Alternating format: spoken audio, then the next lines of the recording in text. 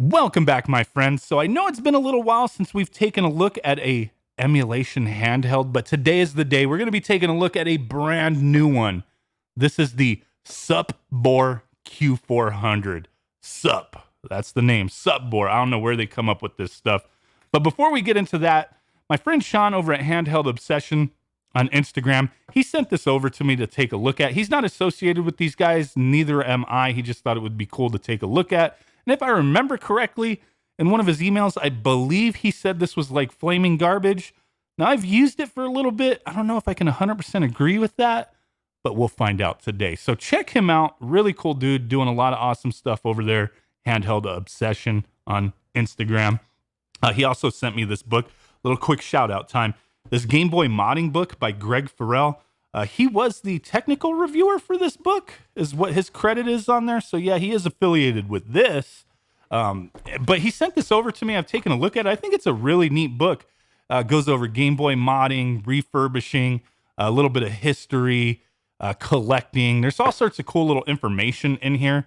It's a really well done and well put together book. So if you're interested, check it out. I'll put a link in the description.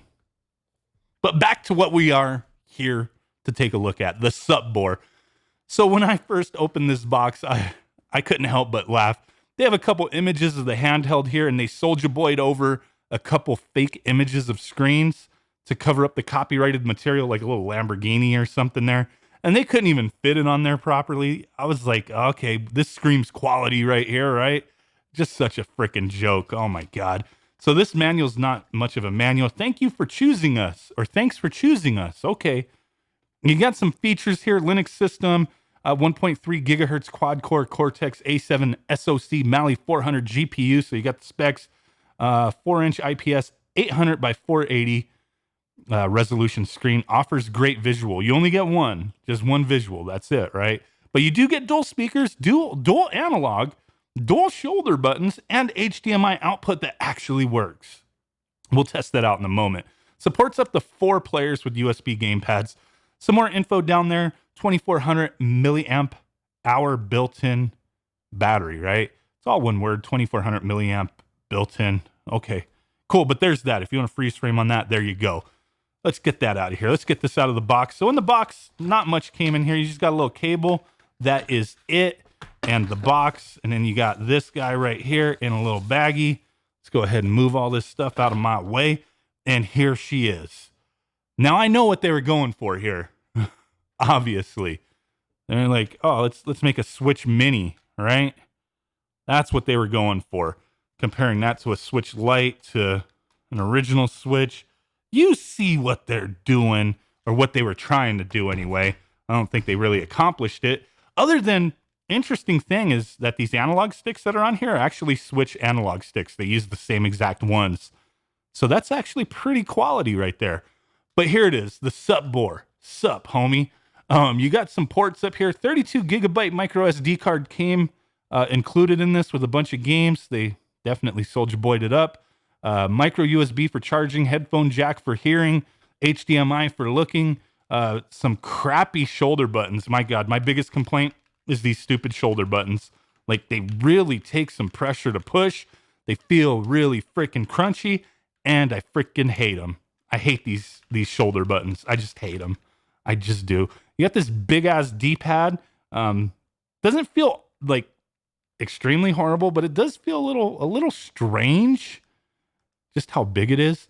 Then the 2 analogs, which is one of the nicest things here. I really don't know that I like the placement of this, but it is what it is. And then you have like your A, B, X, Y, but they're circle, X, triangle, square. Select start, minus and plus for volume. And then down below right here, you got them USB ports to plug in controllers. I have tested between, I think, 3 to 4 controllers, USB controllers, and I couldn't get any of them to work properly. So I don't know what is compatible here, but let's power this thing on. Oh, you got 2 speakers back there, dual speakers. Little bit of a curve, very flat ass back there, but that's okay. Doesn't feel overly bad in my hands, but it does have an overly cheap feel to it. But there we go. It booted up. Supbor. We're up in it. You got a bunch of games listed here, little LED up top there, if you care. But okay, I've been playing this a bit. Now, if we hit the triggers, the shoulders, you could scroll over to the list of the full games. Let's zoom up. Zoom up in this. Bish. There we go. A little better view for you.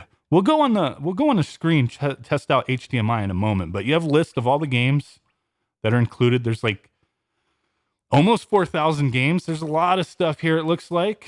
You can go over to history, what you've played, favorites that you've marked, search. You could search through for things, category. You can go through different systems that you want to play. So we got CPS, Famicom, Sega Mega Drive, PC Engine.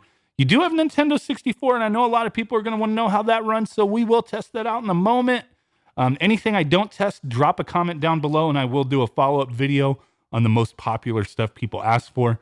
And we have PlayStation. So let's go ahead and get like a couple games going here. Marvel Superheroes versus Street Fighter.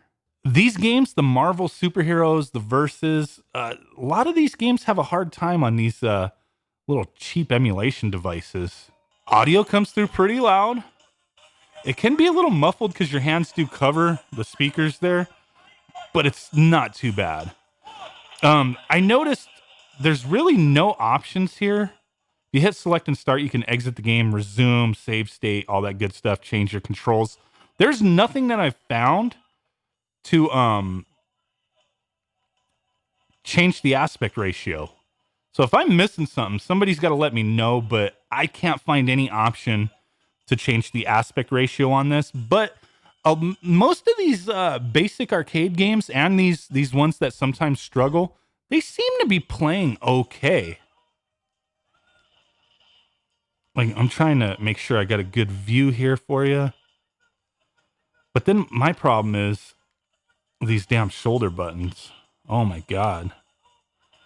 Hadouken.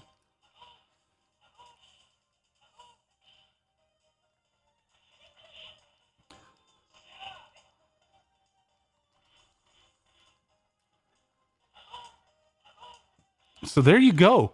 That game is performing just fine in my opinion. I'll show you on here. Once you're on the screen, it does say press select to go to setup, but all it is like a file explorer, change the bloop sound, screen brightness. It's just some basic options. There's nothing for the emulators. So I'm not really seeing where that is going to be. Here's another one that usually struggles. This is kind of difficult for me to play with how this layout is for a fighting game, but I just wanted to show that, yeah, most of these arcade games appear to be running just fine.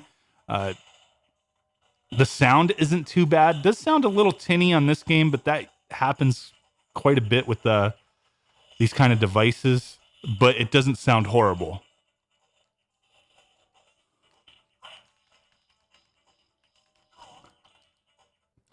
So let's check out Nintendo 64. That's one a lot of people are going to be interested to see if it runs. Super Mario 64.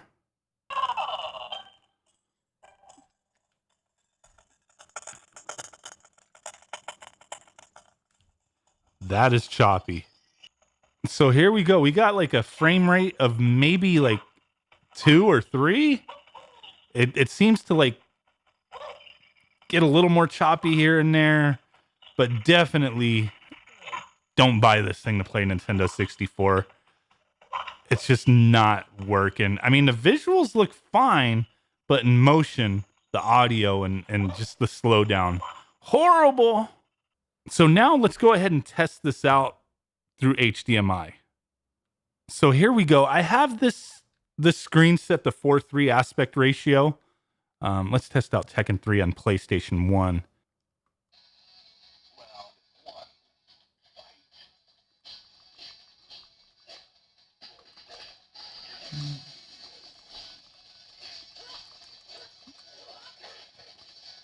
Perfect.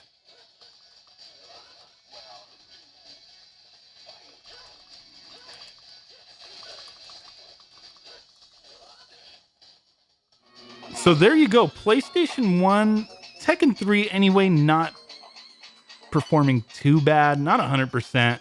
Yeah, it's going to be hit and miss with PlayStation. Nintendo 64 is out. Most of these arcade games appear to be playing just fine. So from what I understand, this device goes for around $80. I think it's a little pricey for what it is, but overall, it's not the worst device I've ever used as far as, a classification of a handheld emulation machine.